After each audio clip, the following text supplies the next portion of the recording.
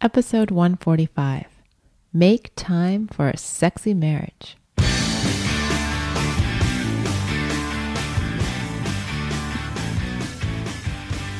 Welcome back to One Extraordinary Marriage, where we talk sex, love, and commitment. You're here with Elisa DiLorenzo. And Tony DiLorenzo. And we are smiling behind the microphones tonight. We are. It's always fun.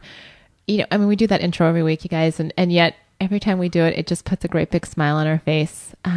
It's because we get to hang out with you guys. Well, yeah. You literally took the words out of my mouth, because we're here with you. We are, going through this holiday season with all of you. We hope that you had a fabulous time over the Thanksgiving week, that it was a time for thankfulness and for spending time with family and friends. However Thanksgiving looks for you. For us, it was a small family gathering with Tony's parents, which I was very thankful, because my mother-in-law asked to have Thanksgiving last week, and it was good because my kitchen sink, the plumbing broke Wednesday night. So I was very thankful. And it was just nice. And then my brother-in-law and his wife took the kids for the weekend. Yeah. So tell us what you're thankful for or how your Thanksgiving went. We'd love to hear it. You can email us directly at info@oneextraordinarymarriage.com. Or if you'd like to call in, leave a voice message. Let us know what's on your mind, how these holidays impact your marriage. You can call 858-876-8663. And again, all calls, all emails, anonymous. Mm-hmm. Yeah, it's really been heartening to us to see the responses that we're getting since we first started telling you guys a couple weeks ago that everything was going to be kept anonymous. And we just want to thank you for trusting us with what's going on in your lives, the good and the bad. We hear from a lot of you, and I just actually just finished crying over an email that I had read. A listener sent it, and it was dealing with child loss.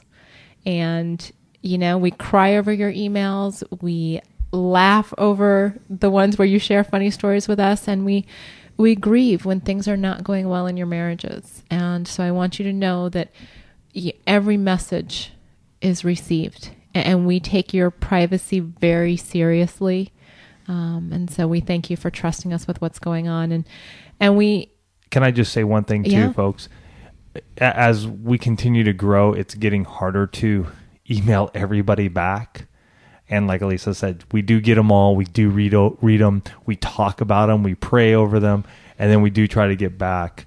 It's just getting a little busier for us. And so we are working through some of this growth and where we're headed with One Extraordinary Marriage and how to work through this. And as you know, you've been listening to us for many years. Some of you just have jumped on, but you see that we have 144 episodes, and this is 145. So we're working through stuff. Just know that we're here. Mm-hmm. We are reading it. We are, what I'd like to say is we're trying to get out there more so that we can have the workshop, so that we can have the program set up, so we can be with you guys more one-on-one than just answering emails individually. And we'll be talking more about that as we progress into 2013. So let's start up into this week's show. Mm-hmm. Make time for a sexy marriage. Now, if your life is anything like ours, you've just entered one of the busiest times of the year, between Thanksgiving and Christmas. And we're really spread out this year because Thanksgiving was super early. So there are 4 full weeks until Christmas. And that means holiday parties. That means gift giving, gift shopping, on top of work and kid schedules and, all of the, if you're in church and volunteer obligations and parties and plays, choir, dance, any of those things on top of winter sports. Mm-hmm. You have basketball, hockey, maybe still into football season for some of you folks out there. There's just a number of things that really sort of ramp up in this season of our married lives. Mm-hmm. And Elisa and I have gone through 15 of them. This is number 16. And we'll have to say that 10 years ago, it got even crazier when our firstborn came into our lives on December 13th. And then followed 3 years 7 later years ago, when our secondborn came into our lives on November 29th. So, in case you haven't done the math in that last 10 seconds, we have both of our children's birthdays within 2 weeks of each other, smack dab between Thanksgiving and Christmas. Which makes it very difficult for us. For many of you out there, Thanksgiving hits and the Christmas time of season really hits. It's, we're going to get the tree, we're going to start decorating, we're going to put up all the decorations and the lights. For us, it's really difficult because we really want to let our kids know that we honor their birthdays. Mm-hmm. And so we struggle sometimes on when to put the tree up, when to put the decorations up, because we also want them to realize that, hey, you're important, your birthdays are important, and we want to celebrate those. So we get in this really funky time, and we've had some nice little battles and head-to-head discussions on, do we put up the Christmas tree right after Thanksgiving? Do we wait until after Alex's birthday on December 13th, which only gives us, 12 days to sort of get into this holiday spirit and Christmas time? And so we tend to be running around a little bit. And in this year, I don't even know if we've really decided. We know we haven't put up the Christmas tree yet. Yeah, I mean, I actually took Abby to look at Christmas lights tonight as I was driving her and a girlfriend home. But oh, that's cool. Yeah, I'm like, well, everybody worked so hard this weekend, so let's go out and enjoy those Christmas lights. But I think because there's such a long, I actually think this year we'll probably wait till after Alex's birthday, for two reasons. One, we have such a long window between Thanksgiving and Christmas, and secondly, we're having his friends over to our house. Yes, for his birthday. So I really don't think I need, 12, 10-year-olds running around with Christmas decorations up. I'd rather just wait until after and then just say, what, forget it. But that's just our circumstances. Some of you may have kids who have birthdays between then, but whether you have kids' birthdays or, you just have life going on, this is the time of year where the obligations just start to come in fast and furious, and everybody's having Christmas party, friends are having Christmas parties, and I really want to go to this party, but also want to go to this party. We've got birthday party invitations coming in, and all of a sudden you're starting to get a little snippy with the person that sits across the table from you. Mm-hmm. And, the snippiness comes from a couple of different places.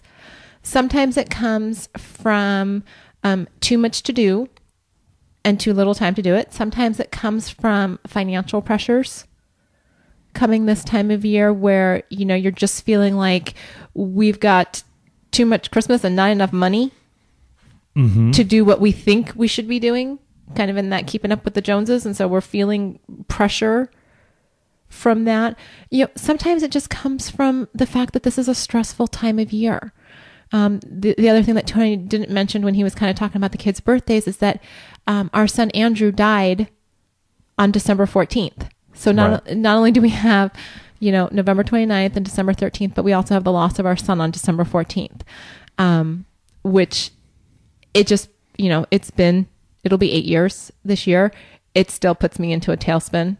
Yeah, and it always brings up those emotions. It brings up those emotions. So, on top of that, and I know many of you listening to us have dealt with child loss, either directly yourself or through family members. And I know that the holidays are an especially difficult time. I know that. I know that, every Christmas rolls around and in our particular case, we do a giving tree item. Right. Both of our kids are at the same elementary school, and so they do a giving tree. And so I always find a boy who would be Andrew's age, and we always get that child clothes and a toy like that. And Tony didn't realize quite the extent I did this. And so we're out shopping, and I'm like, oh yeah, we need to get this and we need to get this. And he's looking at me, he goes, are you kidding me? And I go, this is the one time a year. This is what I do. This is, I don't get to spoil Andrew all year long. So once a year, there's a little boy that I make sure has, pants and shirts and toys. Because that's just, as a mom, that's my way of giving to my little boy every year. Right. And so you can see, just like yourselves, there's a number of things that are happening in our lives. On top of this, you're adding school, right? Kids are going to school. We're still doing our church functions and what have you. Some of you are going to be traveling for Thanksgiving and for Christmas possibly, or you have folks coming in during those 2 holiday seasons. So there's a lot going on, and we have found out and have learned from you guys over the years that this is one of those seasons during the year when it seems like no other time of the year where you don't find time for each other. And it really is prevalent because we hear and we see the emails and we read them about how you're frustrated at this time of year, with everything that's going on. It's this frustration that's building up. And because what I feel is happening, one or both of you are just trying to hold the peace inside the house. Sure. Because it's a holiday season, and I just have to put on my happy face and my pretty face, and we're just going to smile and we're just going to go through this because family's around and we're going to family or they're coming here, and we just need to have the perfect Christmas dinner. And once it's all over and everything is finished and put away, that's when we see those emails that come in that are just like, we are so distant now, we're not connecting anymore, and it takes you time to get back on track. So our goal with this show is helping you find ways to make time during this season of life in your marriage that you can steal away 15 minutes. That's all it is. And so that the two of you can connect during this time. And so what we want to do is we're going to start with, we posed this question up on Facebook because we just wanted to hear what folks had to say.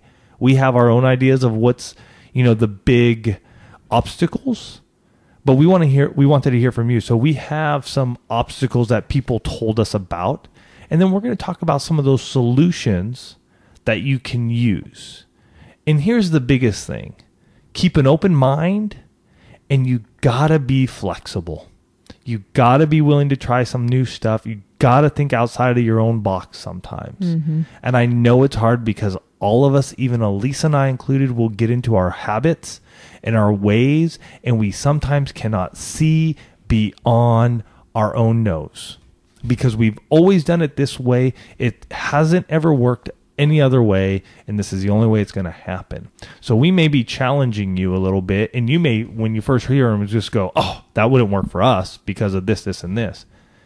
Instead of taking that really quick snap response, resonate on it, think about it, pray upon it, and then move forward and see what can happen. The goal is, though, is that you and your spouse get some quality time this season so that you are more connected, and that way you can come out on the back end stronger, tighter, more connected, and not spending the next 3 to 4 months of the first of 2013 on just trying to make things right again. Absolutely. And, we talk about this every year. Around this time, this is what we talk about. And it's because it's something that we need to work on. Oh, sure. Every year. And so that's why we bring it up. It's not to badger you guys. It's just to say, you know what? And I'm, reading over the comments that were posted up on Facebook, and I want to start sharing these. But, one of our listeners said, either unreliable babysitters or no babysitters. We had, a couple responses all around the whole, unreliable babysitters, no babysitters, or if you have a large number of kids, then babysitters get expensive. So you've got this whole, who's watching the kids? Right. And that becomes, trust me, we understand that obstacle. There have been nights when we want to go out. There is no babysitter available. It is frustrating. And you know what? We've had a babysitter for a long time that the kids just aren't digging much anymore. So it's tough for us. Very reliable.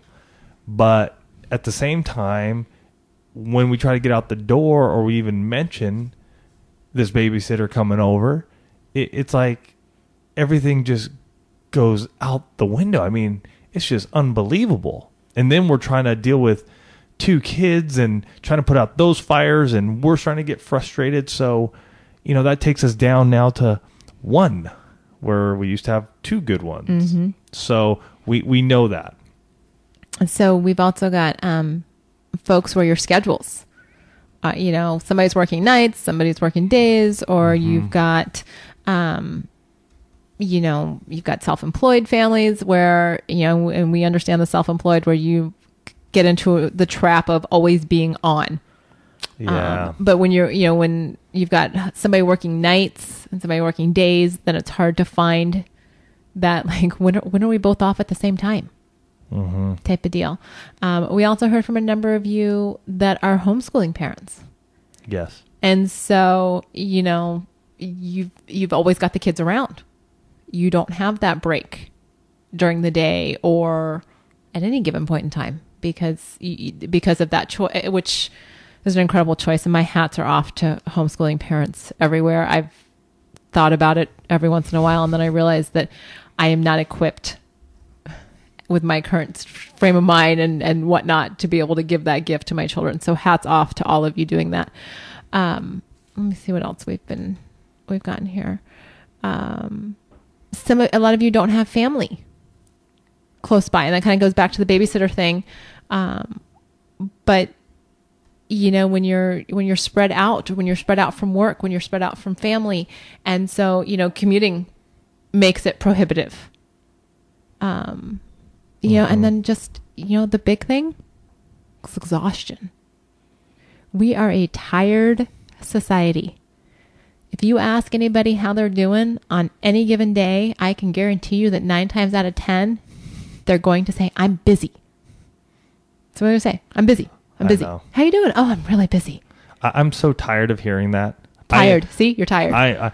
Yes, I am tired of hearing it. And I took my nap today because I was tired. Or later this evening. When did you get a nap? Oh, I took a little quick one when you went to pick up the kids. Oh, nice little bonus. 10-minute power nap. I was like, I need it. I am seriously, Elise and I had talked about this recently, maybe a few weeks ago, about how often people say, I'm busy. And no kidding, she is spot on. And people ask me, well, how are you doing? And I just go, you know what? I'm doing great. Things are going well for the most part, but this is what's going on. I personally am one of those guys that would say that, busy life, this. I've turned my mind around, and I'm not even saying that anymore. Life is, hectic, or something is going on that's, adding some added stress or what have you. Oh my goodness, though. Everybody's busy, folks. Everybody says Come up with a new one. And honestly, I'm trying to think of what the heck are you doing that you're so dang busy all the time? Well, I'll tell you what's going on. We live in a very overcommitted society. My goodness, say no to some stuff, will ya? For crying out loud. Say no. I mean, if you're so darn busy and you're so darn exhausted and you don't have any time to spend with your spouse, then say no to all the crap that doesn't need to be on your plate. Mm-hmm. Enough. I mean, I had to tell somebody that we didn't have to tell somebody. We were talking to somebody after church today. A very lovely woman that we've known. She's been in our small groups. She's going off. She has this awesome ministry that she wants to just I shouldn't say start, but that she wants to take to the next level. Mm-hmm. And we were talking to her, and she was like, I'm busy doing this and this and this. And as we were talking to her, we said, don't forget, there are going to be some things on your plate that you got to just say that are really important, and are valuable, but you're going to have to say no. You're going to have to say, I cannot do this at this time because you're not going to be able to run everything and get anything done. And you know what? Because she's been through Strip Down with us before, she totally got it. And she's like, I know. Well, give the rest of the story. Give the rest of the story where? Well, you say, when she responded, she goes, I know. And my last day at my job is this coming Friday. She and her husband I'm like, don't just leave him hanging with the, she knows what she heard in the book. No, she and her husband figured out how to make it work because she is so passionate about what she's doing. She made this really interesting comment. She goes, I feel like I'm wasting time at my job when I could be changing lives doing this. So we are scaling back our finances. We are scaling back our lifestyle so that I can afford to leave my job. And she actually she works for it's a ministry organization. I can't remember what it's called, but so she's already in ministry in another capacity. So she's leaving that to free up the time that allows her to be able to grow this passion. So she's already made the decision to say, you know what? I can't do it all. This is not working. I'm stressed. It's affecting my family. It's affecting my marriage. Right. So what am I going to do? I'm going to talk to my husband and we're going to come up with a solution. And their solution was for her to quit her job. All right. So it just goes to show, and again, start listening. Open up your ears a little bit. And whenever you ask somebody, how are you doing? Just take notice of what they're saying. And when they say, oh, I'm busy, ask the next question. Well, what are you doing? And this just allows you to look inward and go, okay, do I need to be doing all that stuff too? Is it really that important? Because if I want to build this relationship with my spouse, are there going to be some things that I'm going to have to set aside for right now in this season of life when it is really hectic? And go, you know what? For right now, I'm just not going to do that. I'll pick it up in 4 months or 5 months or 6 months. Similar to like with Elisa and I when we do our small group studies. We do them for a 6 to 8 week period. Mm-hmm. We know we're there. We're committed. We're loving on the folks that are there. We prepare ourselves. We do all of that, but then we take our time away. Mm-hmm. And then that way it rejuvenates us. We come back in 2-3 months when we do our next one and we're ready for it. We just got asked about that today. Right. If we were still leading, we had been leading a small group. CRB did a study on the book called Weird, and that wrapped up 2 weeks ago. Mm-hmm. I think it was 2 weeks ago. And we just got asked by somebody today, are you guys still leading that Sunday afternoon small group? And we're like, no, you know what? This is not what we're being called to do right now because it doesn't fit into it doesn't work into our schedule. It doesn't work into our lives. And so, we're not. But I want to, before we jump into solutions, I want to share this one comment. And so this particular listener was saying, the obstacles, teenagers, homeschooling, exhaustion. Listen to what she says at the end. But when I thought of those, I realized the bigger roadblock is excuses.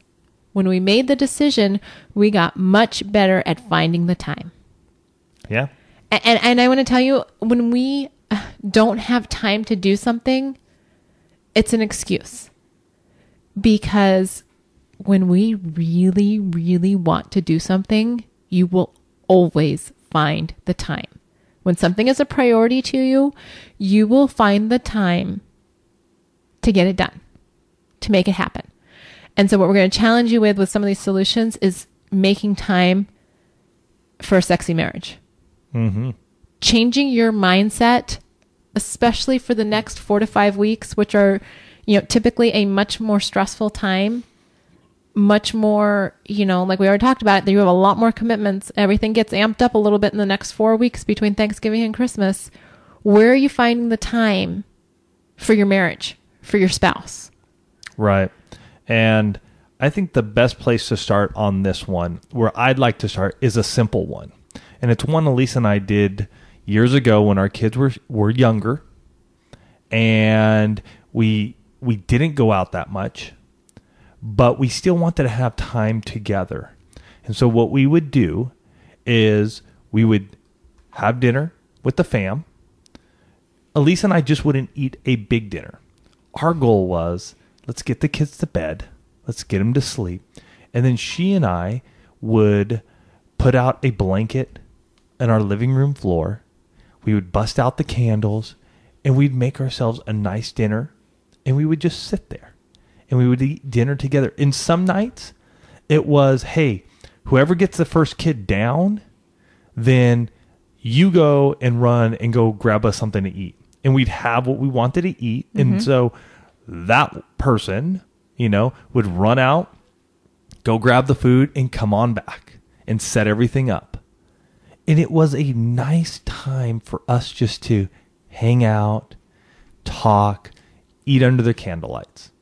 And that was it. And it was in our living room, folks. I was gonna say, think about it. It's got all the fabulous elements of, a picnic in the park. You're having your picnic, but no bugs, no grass. And if those of you that live, in the northern states, no snow or freezing cold temperatures.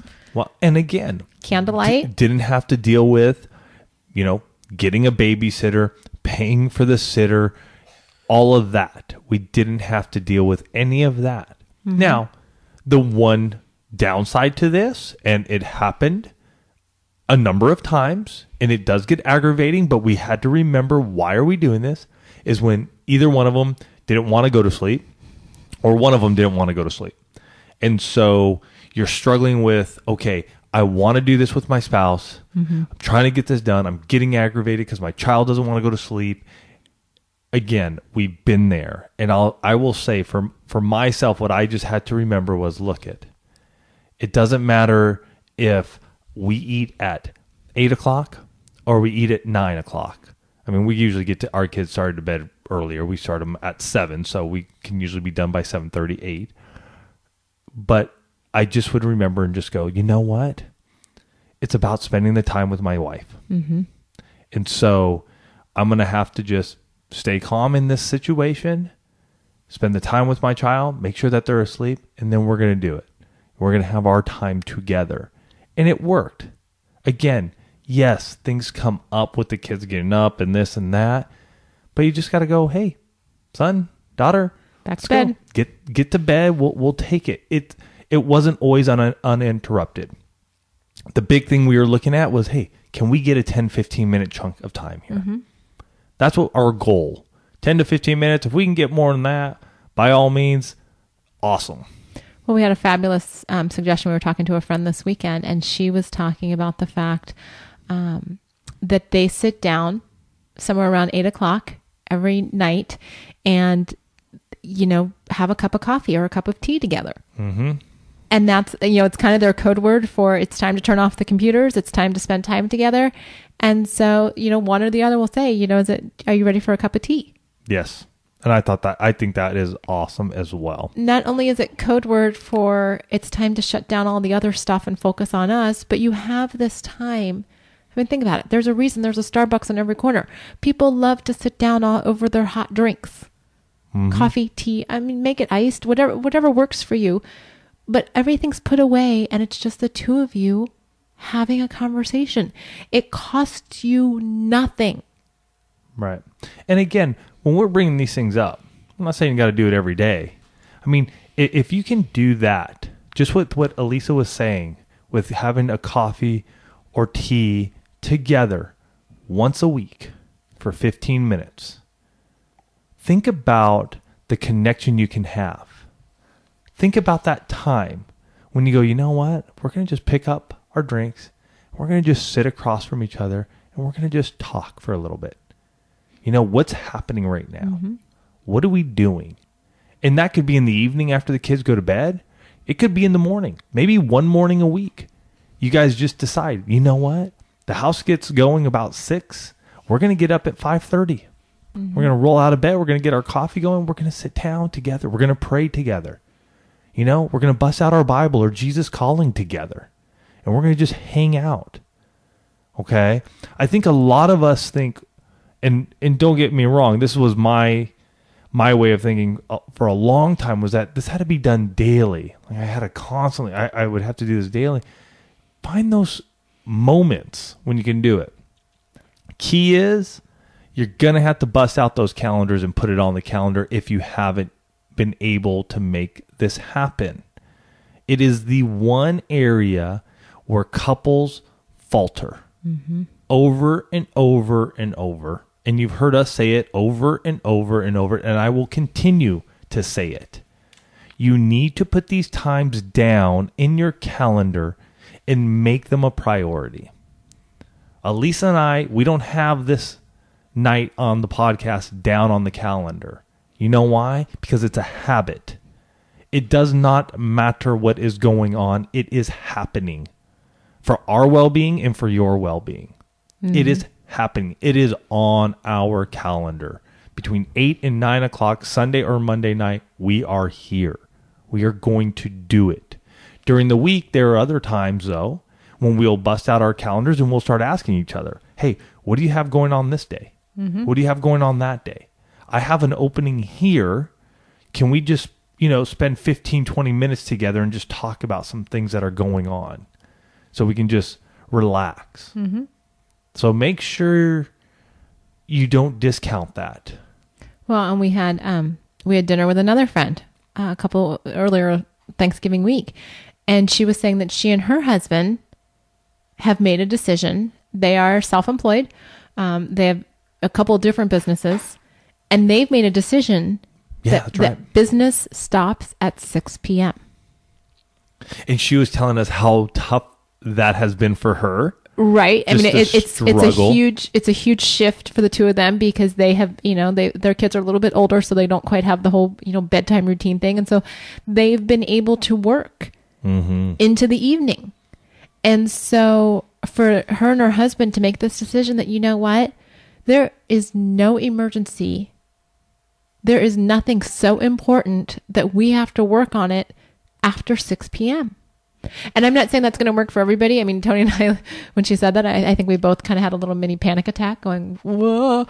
Well, obviously we're doing this at... Yeah. We record at 9. But that's another decision. If the workday is over in your marriage at a certain time, then guess what? The workday is over.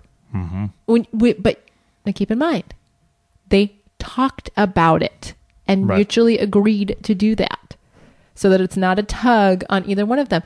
But again, they're finding time now in the evenings to hang out together. I mean, she's talking about how they go for a walk in the park and they've done this and they've done that. And again, their kids are teenagers. But some of you that commented, you also have teenagers. And, teenagers are great because you can leave them home for short periods of time and, get out by yourselves. In what she was saying is that they have a nice little park. I don't know, what is it, 2, 3, 4 blocks away? It's not far. So for them, it was one of those things where they could just, walk to the park, sit down on a bench, talk on the way there, finish their conversation or get it to a point where it was closing and then walk back home. Yeah. So it wasn't this huge time frame, but it was enough for them just to connect and make that time.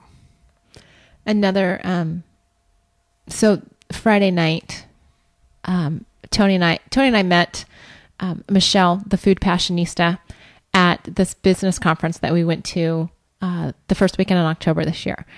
And that was over our anniversary weekend. And I'll have a link to her business. And Michelle is amazing. Yeah. I'm totally blown away by what she's doing with her business. And so she does these flirt cook shops. And so a cook shop's like a workshop, but with food.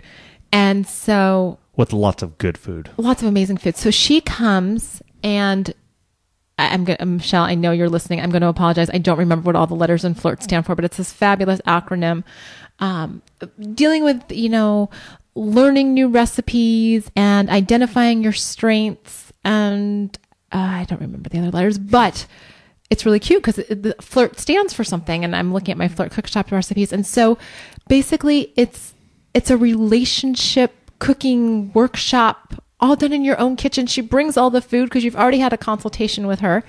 And the two of you get to hang out with Michelle, who's fabulous, learning to cook together in your own kitchen with a recipe that's easy to follow, and then you get to enjoy it.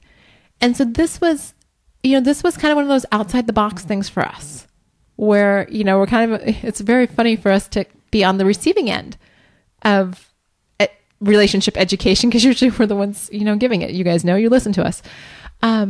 So we did this really fun outside the box type of thing. And so we're sitting here and she does this whole exercise with the 5 love languages, which, just as an aside, for all of those of you that have done the 5 love languages, and it's been more than probably 6 months to a year. I'd say more like a year. Okay. If it's been more than a year or two, do the 5 love languages assessment again.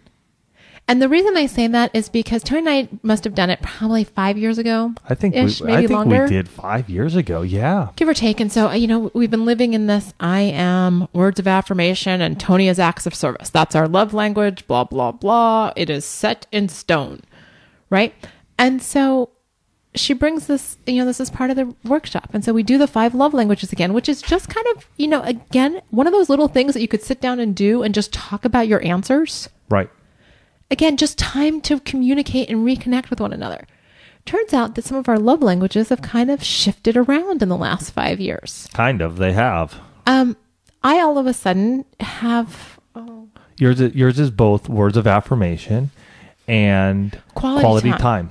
Followed, those two were tied. Right. But then all of a sudden, and I can't remember what my score was 5 years ago, but physical touch is suddenly like right there behind it by one or tally. Two. Mm-hmm. One. Oh, one. It was like 2 9s and I had an 8. There you go. And so all of a sudden we're talking about this, and Tony is now at quality time, isn't it? Quality time was my number 1, followed by acts of service, and then physical touch was number 3. Right. And I mean, I can't give you the numbers because I don't know where our numbers are from 5 years ago, but I can tell you this is greatly different than what it was. And we started talking about why we've had this change. Mm-hmm. And how we can spend more time together, because all of a sudden quality time is really important to the two of us. And we start talking about the fact that, remember when we used to sit down and play board games after the kids went to bed? I mean, folks, there is an easy thing that you can do to, add a little fun to your marriage. Because here's what happens. You pull out the board games, and for us it was Yahtzee. We didn't even really, we liked Yahtzee. Yahtzee. So we would laugh when the kids were little. We would laugh about trying to keep the dice quiet. Yes. Because we didn't want anybody to wake up hearing the dice roll. Yeah. And then it would be then we're keeping score and we're a little bit competitive, and you have the person pounding a little bit who lost. So it was just fun. And we haven't played Yahtzee. I couldn't tell you how long it's been since we played Yahtzee. Yeah, it's one of those that we need to. We need to do it again. After talking about it on Friday night when we were doing that, we were going, you know what? We do need to just make the time. We need to put it on the calendar. Yep, we got to put it all on our calendar and go, you know what? Once a week or once every other week, we're going to just sit down and we're going to play a game of Yahtzee or two and just hang out, turn everything off. Mm-hmm. Like Elisa was saying before, and our friend, nothing of emergency proportion is going to happen after 6 o'clock, and we just need to turn it off. Mm-hmm. Because those were some of those fun times that led to us just flirting together, just sort of the little chuckles and the little touches and would lead to more, And even on those nights that it didn't lead to more, it was just fun together. Yeah. And that's part of what drives the sexy marriage, is you got to have fun together. You got to laugh. It can't be, and I say this, because this is me in our marriage. I am the very serious one. Oh, yes. I am the one that doesn't laugh very much. In fact, I just have to share with everybody. So we're driving. The kids had been up in LA with our in-laws, Tony's brother and his wife. Not my in-laws. Well, they're my in-laws. Oh, they're your in-laws, yes. Okay. My brother. Tony's brother and his wife for the weekend. So we go up and pick them up yesterday, and we're driving back in the home, and we start doing all of the text abbreviations like LOL and IMO and TTYL. And for those of you that don't know, just Google it. It'll give you all of them. ASAP. But we started doing this in the car, and then we start making up like all kinds of other ones that aren't, so your tradition. And we're just having fun in the car. Yes. And it's been a long time, typically, and we also kind of shifted where everybody was sitting, so that helped too. But it was the first time in a long time that I remember us just sitting in the car, having fun, laughing. And because it's just not been characteristic of me. And sometimes you have to do those things a little bit outside of your comfort zone or what's characteristic for you. Go out on a limb, folks. Try something like inviting someone into your home to do a cook shop. I'm telling you, if you live in Southern California, you need to seriously consider having the food passionista come and knock your socks off with a cook shop. Because Michelle, she is just going to love on you.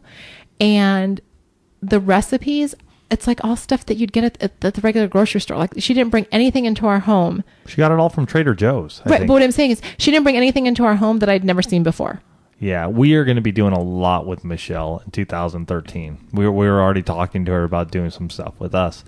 So for those of you who live in San Diego, keep your eyes and ears open, because we're going to do some stuff. We had a blast. I mean, it was one of those meals, and I'll tell you, during the course of the week with kids and everything like that, highly unlikely I'm going to be making the meal that we made. It would have taken too much time. Right. It's too long. It's for what's happening in, you're just trying to get a meal on the table. To me, it's usually, let's get some protein down. Let's get some veggies. We could divvy it up because it was actually like an appetizer, a lentil soup followed by, this fabulous macadamia crusted chicken tenders over a bed of couscous. I think it was just breast. They weren't tenders. No, they were the thin. They were like the chicken tenders. Maybe it was just chicken breast cutlets over a bed of couscous that had asparagus and tomato in it, and then dessert was chocolate dipped strawberries. Fabulous! Like the strawberries, just amazing. I mean, mouth watering. Like, I've never had macadamia crusted chicken before. It was so good, and it's not something that we would have, like, we've talked about doing a cooking class, but we've never actually done it. So to have somebody bring everything to our home, she's already done the shopping based on our likes, dislikes, food aversions, things like that. And you know what? You're in the comfort of your own home. You know your pots and pans. You don't have to worry about a chef looking at you going, oh, well, that's not the right way to, like, she taught me how to dice and chop and, mince and those types of things. And when I did something wrong, she's like, no problem. We can fix that, And so there was never an intimidation factor that, like, I'm afraid to use my knife right in your house. And so, again, if you live in Southern California, I know Tony's going to have a link. She's running a special between now and Christmas, I think, or maybe now and the end of the year. Check it out. You will not be sorry. I'm just a huge plug for her. I think she's a wonderful person. And just as a side note, she does serve in our military. And so thank you to all the veterans, active duty military here and abroad, for your service at Thanksgiving. That's just another little side. But what else do you want to touch on for ways to make time this season? And I want to touch on one of those with the homeschoolers, because, we have friends who've homeschooled, and man, is it a lot. It is a lot. And Elisa and I cannot speak to you firsthand on, okay, this is how we would do it. Because, for us, we send our kids to school every day, and we get time away from them and them from us. And so those are some of those times during the day when we do have the opportunity to just sit down because it's quiet around here, or we choose to get a lunch together or whatever. But for those of you who are homeschooling, think outside that box again. Are you guys doing a PE session, at the park with a group? Can you find that time and ask one of the other parents there if it's okay if you take off for half an hour? Have your husband maybe or your wife meet you there and then just go for a walk from there. Because you're at a park. And I'm not saying stay at the park and run and walk laps around it because your kids are probably there, but can you just walk up the street 10 minutes and walk back down? Is that a possibility? The other thing I was going to say is I know homeschooling communities tend to be very, very strong. At least where we are here in San Diego, there are homeschooling networks. And it's been, as I've talked to homeschoolers and I've seen, as I was investigating it, there are these networks throughout the country. And so perhaps within your own homeschooling group, you can swap, it doesn't have to be during the day. I mean, maybe, it's kind of the whole babysitting co-op, babysitting swap type thing that you do. And you say, you know what? Hey, can we swap kids? Get creative with the people that you do know. I know some of you that responded to us, you've just moved to new areas. That's where you're going to have to, really, start interviewing babysitters. Start, instead of going out to eat all the time, if money is an issue for a babysitter, don't go out to eat with the kids. Save that money for a babysitter. We don't have to go out to eat every week with our kids if money is an issue. Mm-hmm. And if we're not getting time as a couple together because we're spending it on, a meal for the four of us, I would suggest you cut back on taking the kids out to eat and save the money for the babysitter. Yeah. Because it is so critical that the two of you make time for each other, whether it's at home playing board games, having, that picnic dinner after the kids go to bed, taking a walk around the block, coffee and tea. Find what works for the two of you and do it. Pull out those calendars, folks. You're going to be listening to this episode. It's going to go live on November 27th. Mm-hmm. 27th. That gives you just under a month until Christmas. Maybe sit down Tuesday or Wednesday with your calendars and plan out at least once a week for the next 4 weeks when you can have that time together. Right. And if it means you have to say no to something else, do it. Even if it's something really good.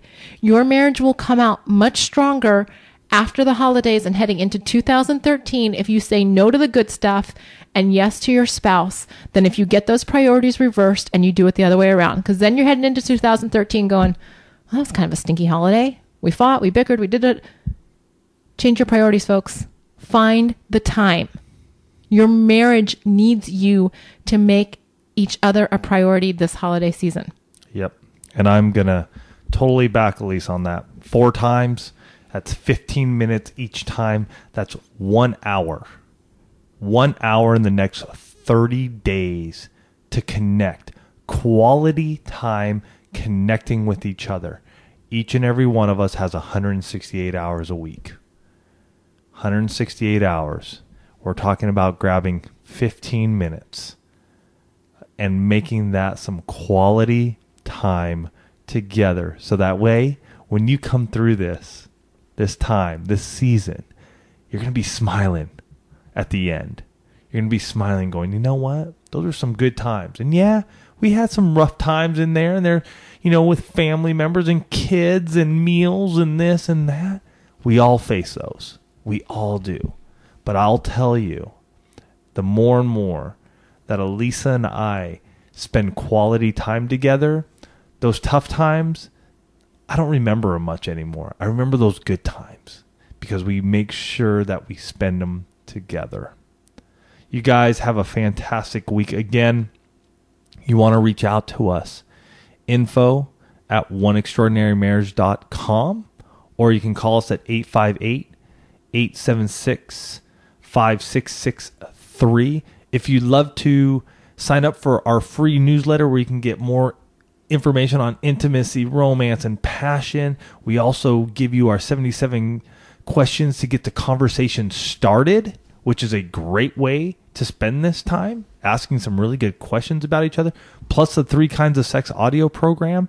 All you have to do is go to oneextraordinarymarriage.com/newsletter, fill in your email, you're good to go. You're going to get started on the right track. You'll have some tools right there for you during this time to start working on your marriage.